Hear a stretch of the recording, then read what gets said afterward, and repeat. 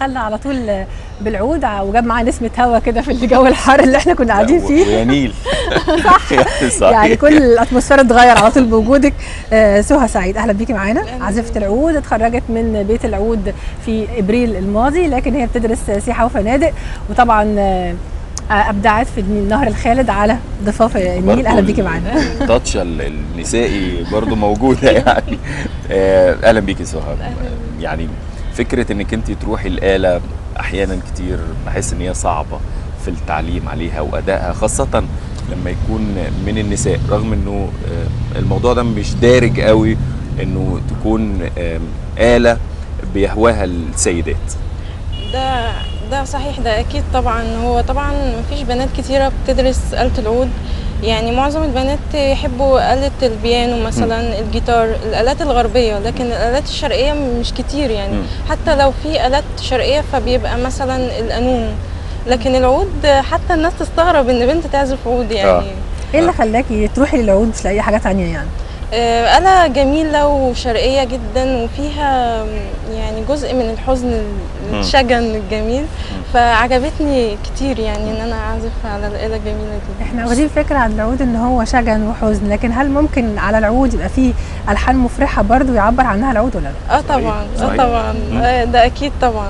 يعني مش قادر انسى المقدمة اللي عملها ملك العود الفنان فريد الأطرش لأغنية الربيع مثلا، يعني أكيد كانت بتبقى كل طلة ليه هي مقدمة على العزف على العود. يعني التكنيكال بتاع العود صعب شوية. أكيد صعب. أكيد صعب، بس دايما اللي بيحب آلة يعني بيديها كويس يعني. سو احنا مش عاوزين نتكلم أكتر ما نسمع، والوقت بيبقى ضيق في فقرتنا الأخيرة، فيا ريت تسمعينا إيه؟ هعزف افرح يا قلبي. اتفضلي عشان نفرح بقى مع بعض. افرح يا قلبي.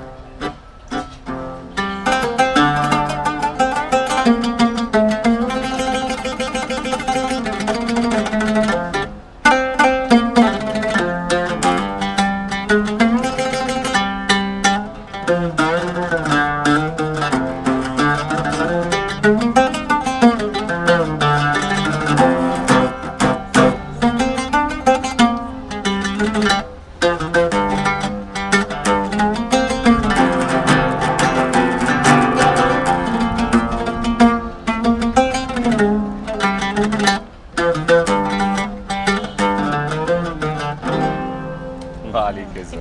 يعني بتختاري مقطوعات كمان صعبة شوية، التدريب عليها بياخد منك وقت قد ايه؟ على حسب المقطوعة نفسها يعني.